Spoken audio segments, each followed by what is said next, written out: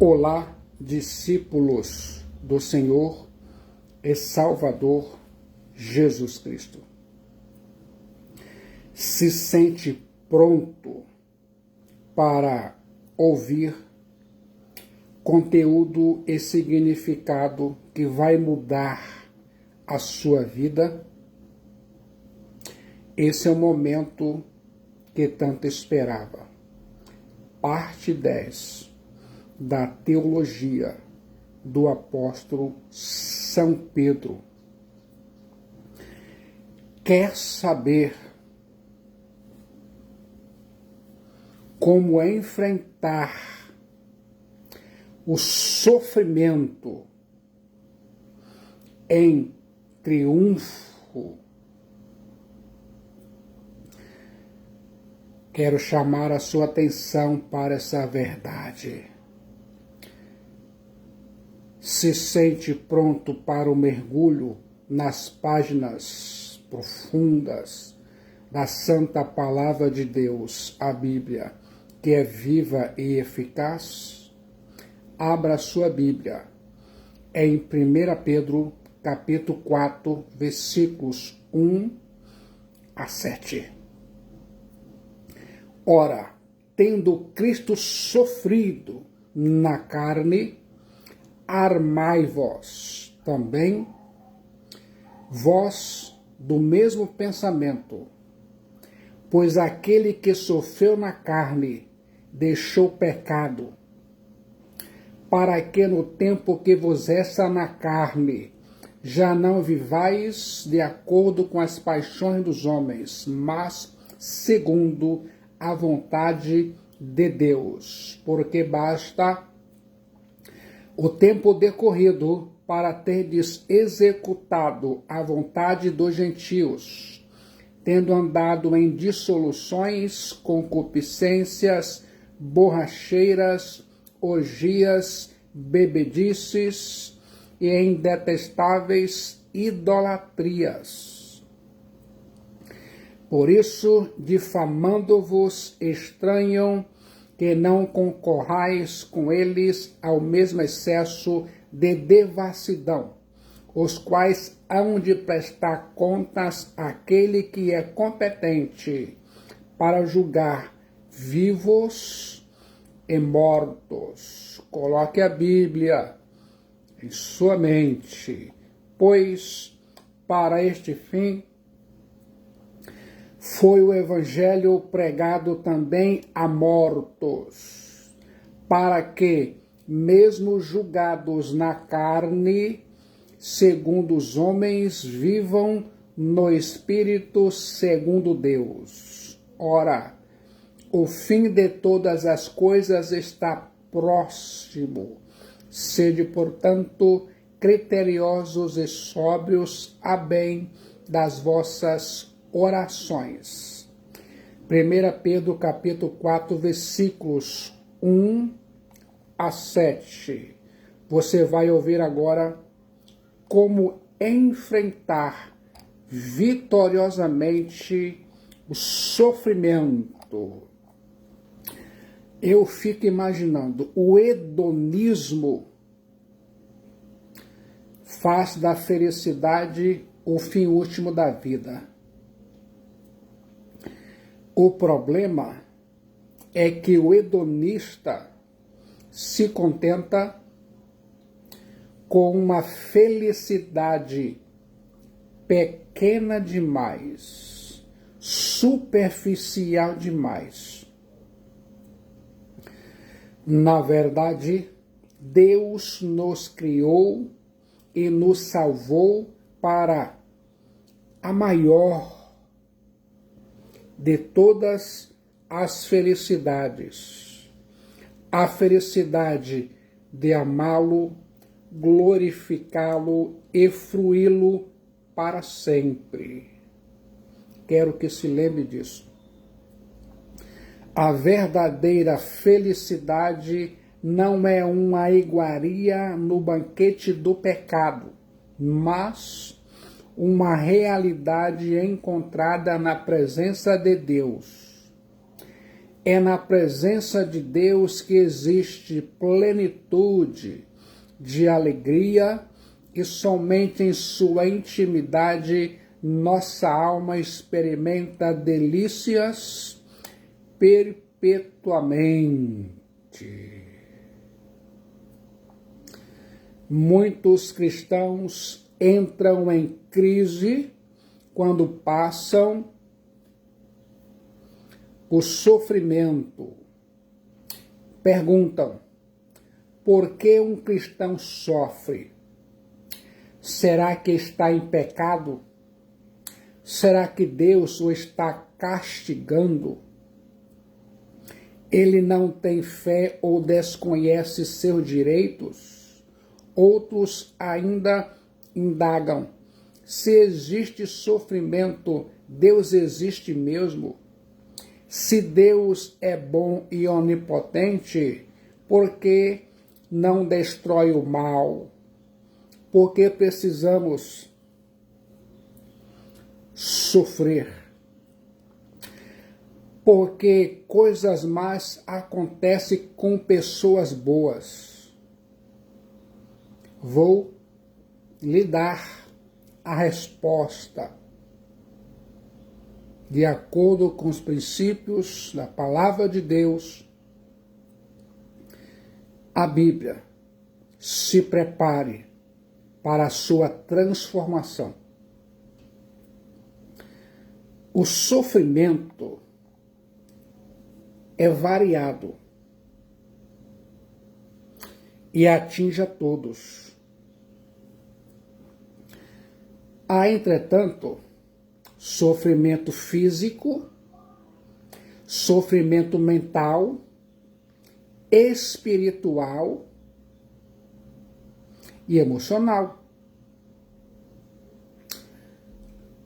A dor amortecida e dor aguda. Mas muitas formas de sofrimento não se irradiam da dor física. O medo e a ansiedade podem produzir grande sofrimento. A humilhação, o desprezo, a solidão, a perda de um ente querido, o remorso, a destruição do casamento pode causar grande sofrimento. Você sabia?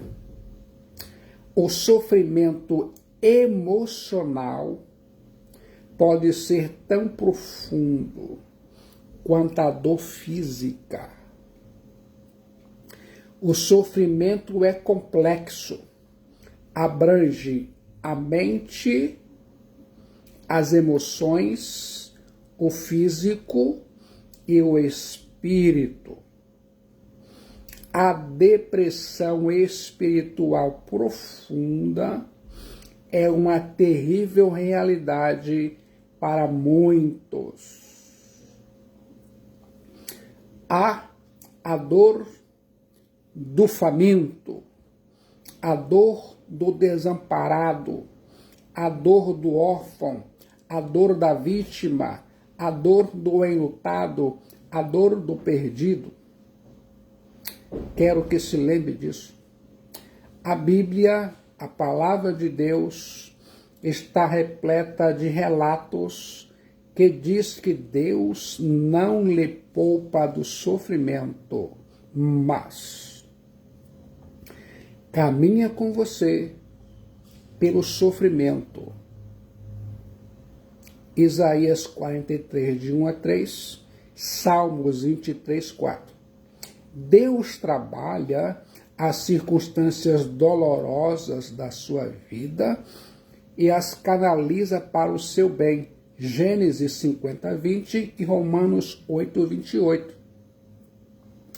Deus transforma as circunstâncias adversas em benefício para você. Filipenses 1, 12, Salmos 84, 5 a 7. Coloque a Bíblia em sua mente. Mesmo que as circunstâncias não mudem, Deus mesmo é a razão da sua alegria. Abacuque 3, 17 e 18. Você pode se alegrar nas tribulações. Romanos 5, 3 a 5 e Tiago 1, 2. Fique de olho. A palavra de Deus, a Bíblia. O apóstolo São Pedro oferece alguns princípios para você triunfar no meio do sofrimento. Fique de olho nos propósitos de Deus do sofrimento do cristão. Em primeiro lugar, o sofrimento nos ajuda a vencermos o pecado. 1 Pedro 4, versículos de 1 a 3. Ora, tendo Cristo sofrido na carne, armai-vos também do mesmo pensamento, pois aquele que sofreu na carne deixou o pecado, para que no tempo que vos resta na carne já não vivais de acordo com as paixões dos homens, mas segundo a vontade de Deus. Porque basta o tempo decorrido para terdes executado a vontade dos gentios, tendo andado em dissoluções, concupiscências, borracheiras, orgias, bebedices e detestáveis idolatrias. Coloque a Bíblia em sua mente. Os sofrimentos nos ajudam a vencermos o pecado. O sofrimento faz o pecado perder o poder em sua vida. Enquanto o sofrimento endurece o ímpio, amolece o coração do cristão. O exemplo do sofrimento do Messias, Cristo Jesus, ajuda o cristão a enfrentar o sofrimento com a mesma disposição. O cristão não é melhor do que o seu Senhor. Se o mundo perseguir o Messias, Cristo Jesus vai infligir sofrimento aos cristãos. O sofrimento vai te levar a entender que os prazeres do mundo e as paixões da carne não compensam. O sofrimento vai te levar a se desmamar do mundo. O cristão é confrontado aqui com duas possibilidades: pecado ou sofrimento. Se escolher viver como os ímpios à sua volta, refestelando-se em seus prazeres pecaminosos, vai evitar a perseguição. Mas, se o cristão viver de forma justa e piedosa, levando o opróbrio do Messias, Cristo Jesus, vai sofrer nas mãos dos ímpios, na mão do mundo. Quer saber quais as 3 atitudes que o cristão precisa ter em relação ao pecado? Esse é o momento muito esperado. Primeiro, declarar guerra ao pecado. 1 Pedro 4:1. Ora, tendo Cristo sofrido na carne, armai-vos também, vós, do mesmo pensamento, pois aquele que sofreu na carne deixou o pecado. O apóstolo São Pedro convoca os cristãos a ter uma atitude militante contra o pecado. Os cristãos precisam ser como soldados que colocam seus equipamentos e se armam para a batalha. O cristão arma-se não para o combate físico, mas para um conflito espiritual, a batalha espiritual. Nessa guerra espiritual, eu e você precisamos tomar toda a armadura de Deus, descrita em Efésios 6:11, sabendo que nossas armas não são carnais, mas poderosas em Deus para anularmos sofismas, destruindo fortalezas e levarmos todo pensamento cativo à obediência do Messias, Cristo Jesus, 2 Coríntios 10:4. Coloque a Bíblia em sua mente. Quer saber o motivo que você precisa resistir ao pecado? O pecado causou terrível sofrimento a Cristo Jesus. Como você pode ter prazer em algo que levou Cristo Jesus a sofrer e a morrer na cruz? O apóstolo São João diz que aquele que permanece em Cristo Jesus não vive em pecado. A Bíblia ainda diz que todo aquele que pratica o pecado procede do diabo. Quero chamar a sua atenção para essa verdade. Em segundo lugar, conhecer a vontade de Deus, para que no tempo que vos resta na carne, sares, já não vivais de acordo com as paixões dos homens, mas segundo a vontade de Deus. Telemateos. 1 Pedro 4:2. Coloque a Bíblia em sua mente. Resistir ao pecado lhe possibilita conhecer a telema de Deus, a vontade de Deus. A vontade de Deus não é um fardo sobre os cristãos. Ao contrário, torna o fardo leve. Pedro, o apóstolo, faz aqui um contraste gritante entre os desejos humanos perversos e a vontade de Deus. Os dois são mutuamente excludentes e os cristãos devem saber que não podem seguir a ambos. Os cristãos preferem sofrer por Cristo Jesus a pecarem como os ímpios. Estão prontos a morrerem, não a pecarem. Quero que se lembre disso. Em terceiro lugar, não ter saudade do passado. 1 Pedro 4:3. Porque basta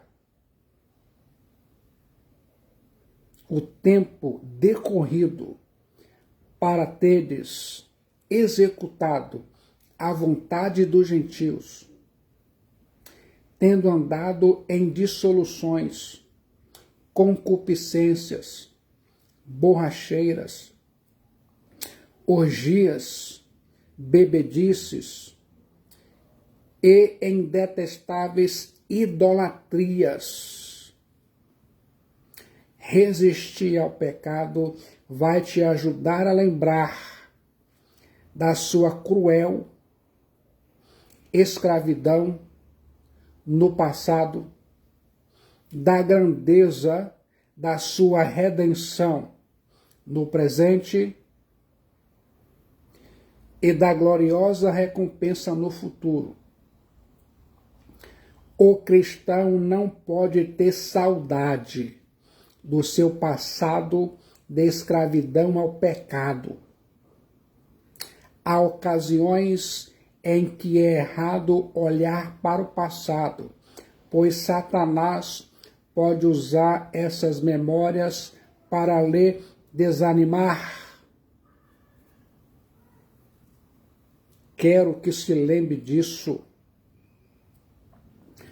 Deus instou os israelitas a se lembrarem de que haviam sido escravos no Egito, Deuteronômio 5,15. Os substantivos usados pelo apóstolo São Pedro no original estão todos no plural, dissoluções. Muitos atos incontidos de luxúria e iniquidade, ou seja, qualquer tipo de descontrole, concupiscências, desejos perversos, luxúria, borracheiras, transbordamento de vinho que aponta para o excesso de consumo de bebida que caracteriza um beberrão. Orgias, termo definido como uma procissão noturna e desordeira de pessoas semi-embriagadas e festivas que, depois de jantar, desfilavam pelas ruas com tochas e músicas em homenagem a Baco ou alguma outra divindade, cantando e tocando diante das casas de seus amigos e amigas. Bebedices traz a ideia de uma festa em que se bebe não necessariamente em excesso, mas dando oportunidade para que isso aconteça. Detestáveis idolatrias. A adoração dos ídolos resulta em imoralidade e intemperança. Por esse motivo, o apóstolo São Pedro chama as idolatrias de detestáveis. Uma pessoa se torna semelhante àquilo que ela adora. Quando abandona o verdadeiro Deus, seus valores morais são automaticamente relativizados. Há pessoas que não obedecem a Deus e nem ao Evangelho de Cristo Jesus e por esse motivo são condenadas e lançadas no lago de fogo e enxofre, a saber, o inferno. Aqui agora, em segundo lugar, o sofrimento vai te ajudar a testemunhar de Cristo Jesus, o Messias. 1 Pedro 4,4. Por isso, difamando-vos, estranham que não concorrais com eles ao mesmo excesso de devassidão, os quais hão de prestar contas àquele que é competente para julgar, creno, vivos, zao, e mortos, necros. 1 Pedro 4,5. Coloque a Bíblia em sua mente. Pois para este fim foi o Evangelho pregado também a mortos, necros, para que, mesmo julgados, creno na carne, sares, segundo os homens, antropos. Vivam zal no espírito, pneuma, segundo Deus, katateos. 1 Pedro, capítulo 4, versículos 4 a 6. Coloque a Bíblia em sua mente. Os amigos não salvos ficam surpresos quando o cristão se recusa a participar das coisas que eles participam. Mesmo sofrendo, o cristão canta, louva, adora e agradece a Deus. Jó, mesmo depois de perder seus bens, seus filhos e sua saúde, e mesmo prostrado na cinza, ainda glorifica a Deus dizendo: o Senhor o deu, o Senhor o tomou, bendito seja o nome do Senhor. Jó 1:21.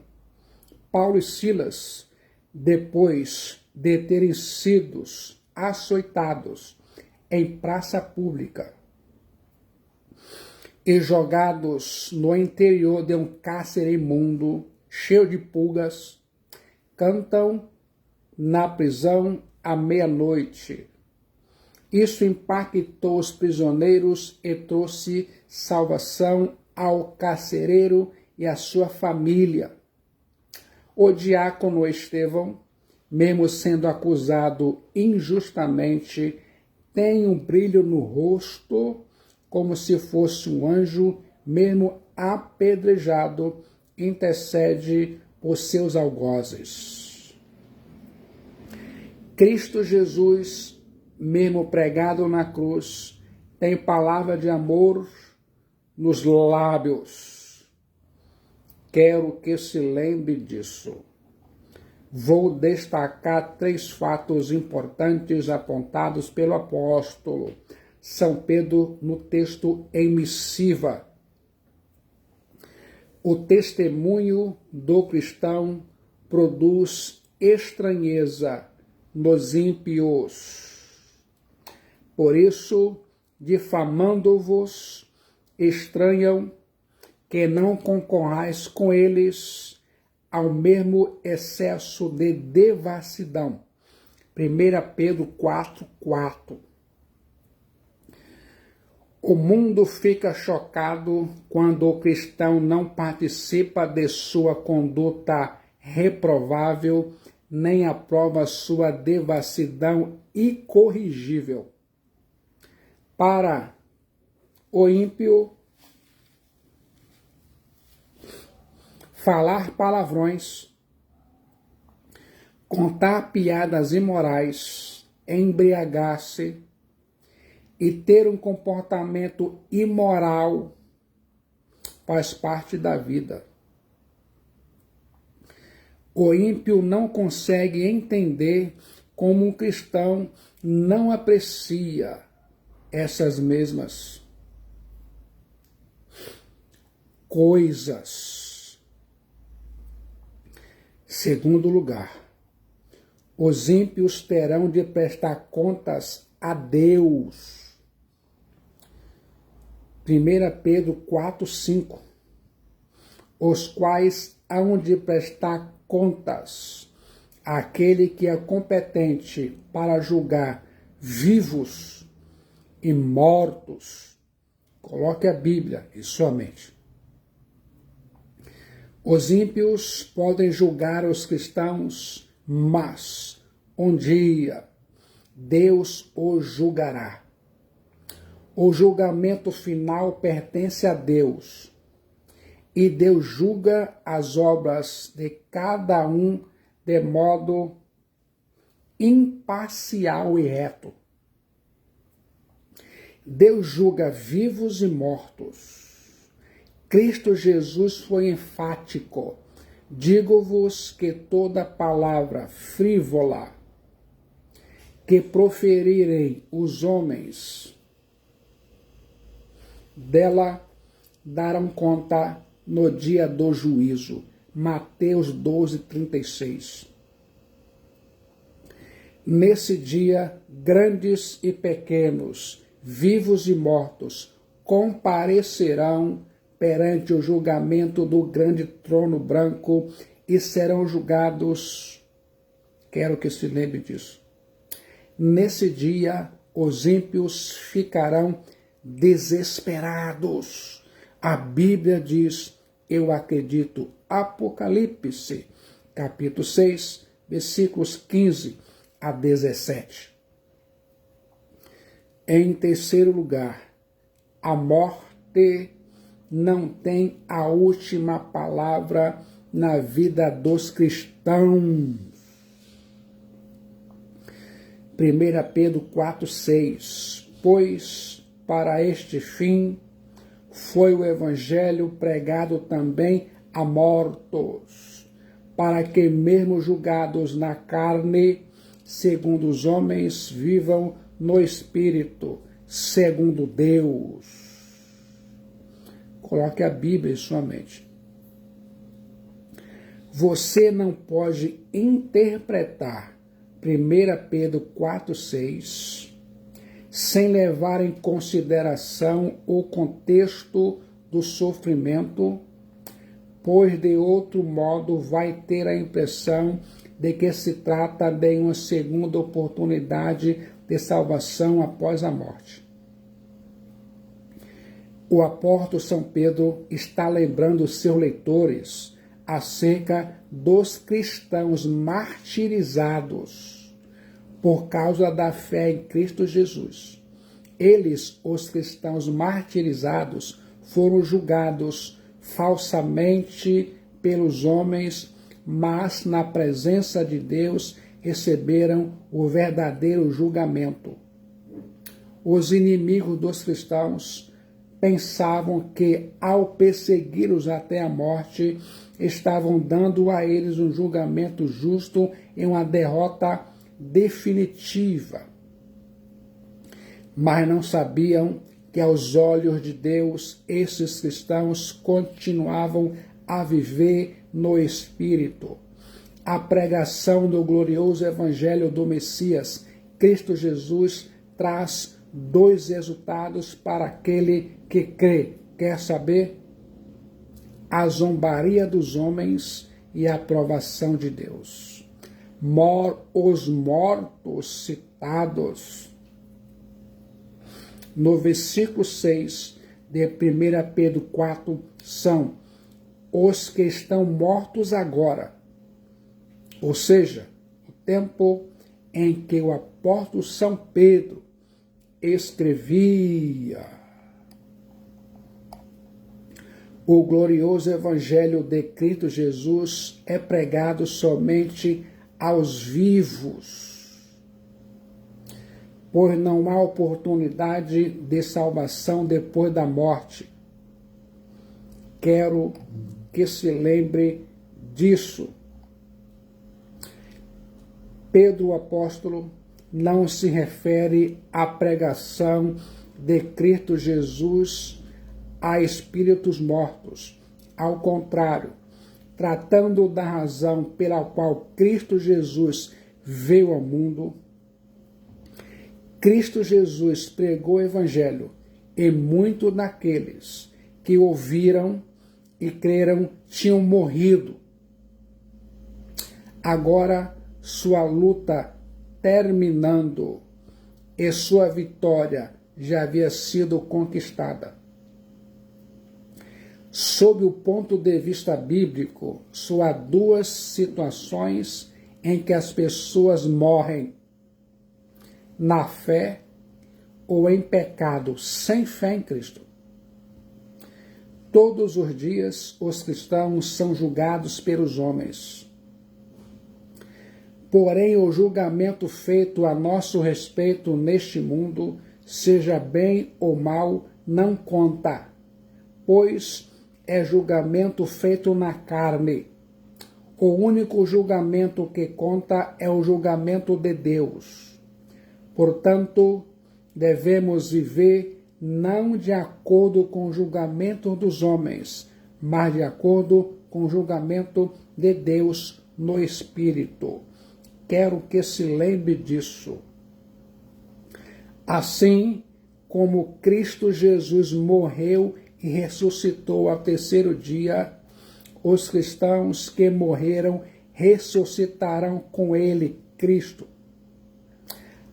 Os mortos, em 1 Pedro 4,6, são aqueles cristãos que ouviram e creram no glorioso Evangelho de Cristo Jesus enquanto estavam vivos, mas depois faleceram. Há, porém, uma realidade que não se vê com os olhos humanos, mas que em Deus é absolutamente certa. Estes que morreram em Cristo Jesus estão destinados a viver no Espírito segundo Deus. O contraste é entre o que parece ser a sua situação aos olhos humanos e a realidade da sua situação na perspectiva de Deus. Quero que se lembre disso. Em terceiro lugar, o sofrimento motiva os cristãos a aguardar a segunda vinda de Cristo Jesus, a parousia. 1 Pedro 4,7. Ora, o fim de todas as coisas está próximo. Sede, portanto, criteriosos e sóbrios, a bem das vossas orações. Proseuche. Coloque a Bíblia em sua mente. Os cristãos primitivos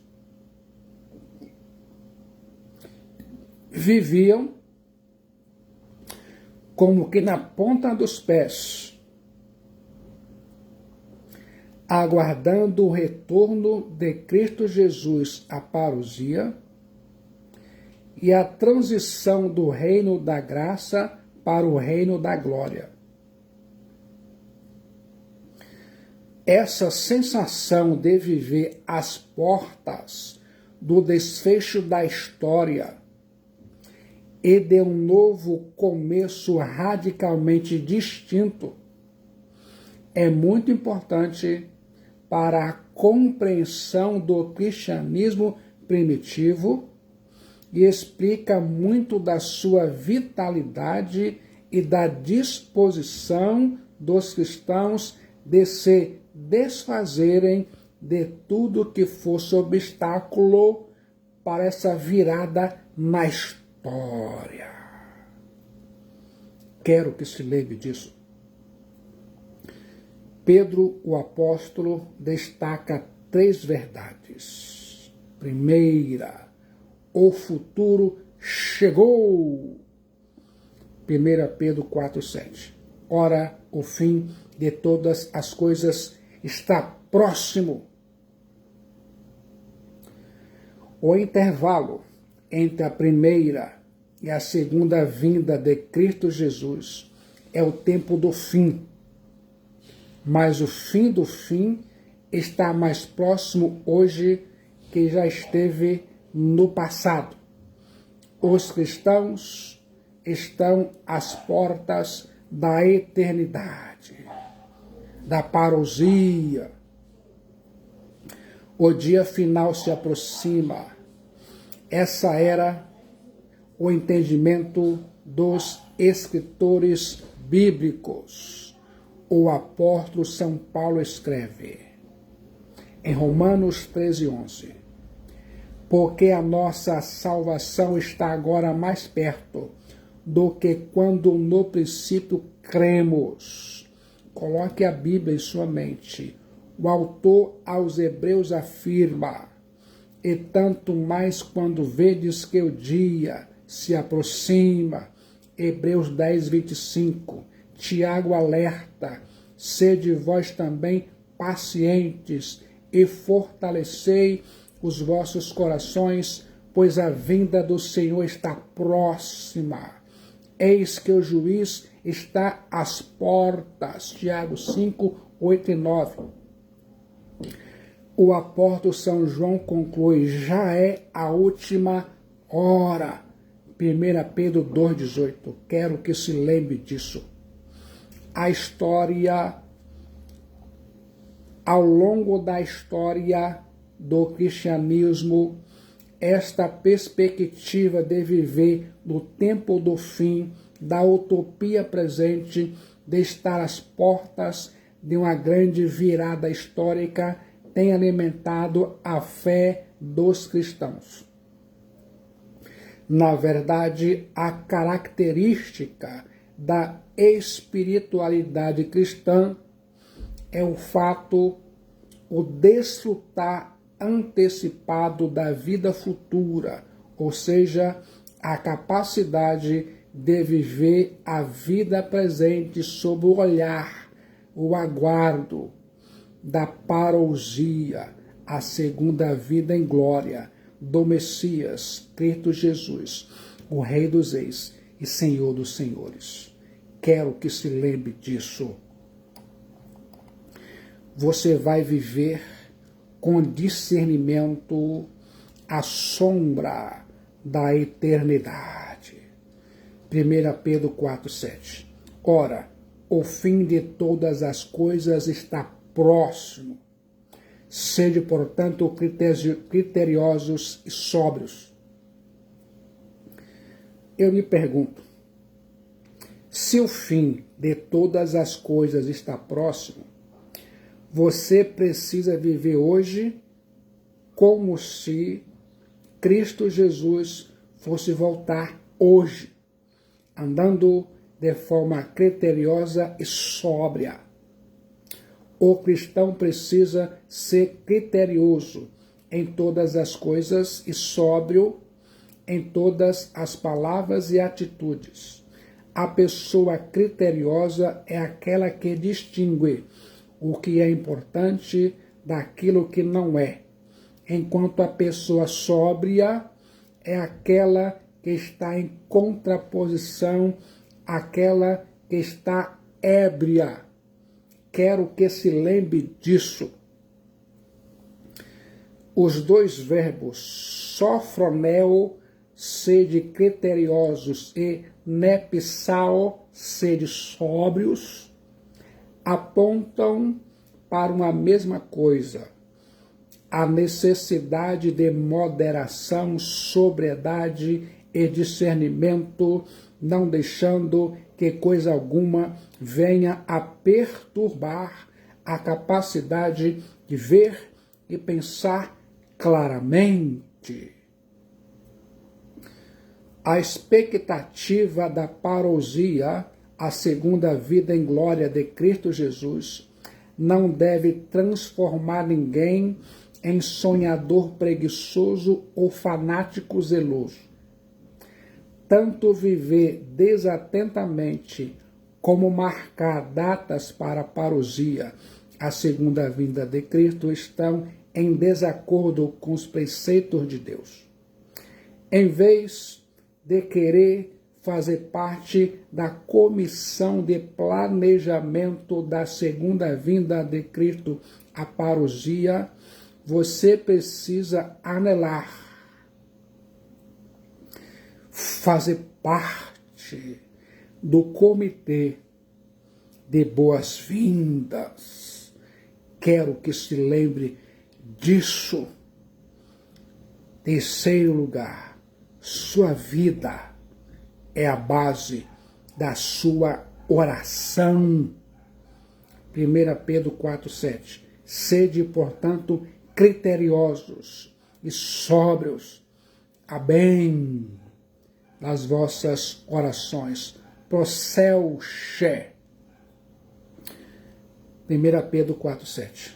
Um cristão cuja vida está fora da vontade de Deus não tem êxito na oração.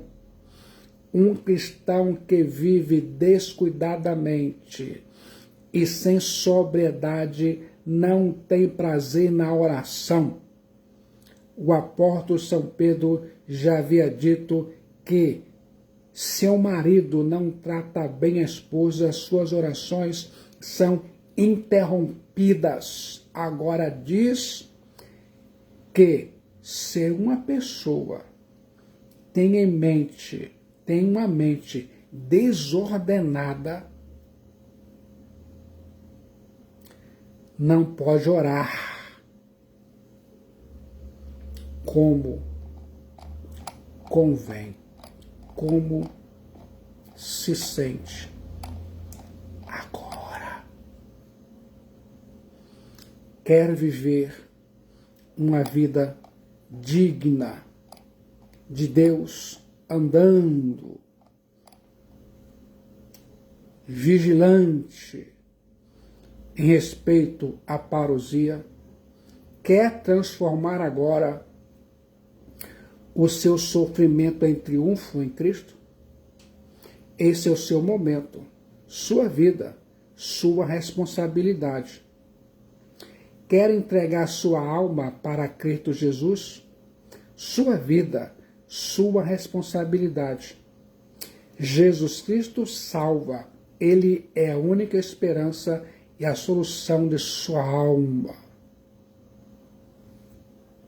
Venha, venha, venha, venha rapidamente para Cristo enquanto você tem fôlego de vida, enquanto você tem oportunidade de se arrepender dos seus pecados, ter fé em Cristo e sua alma se salva. No momento de decisão em Cristo Jesus, o Messias, seu destino é selado, sua alma é salva e muitos benefícios advirão.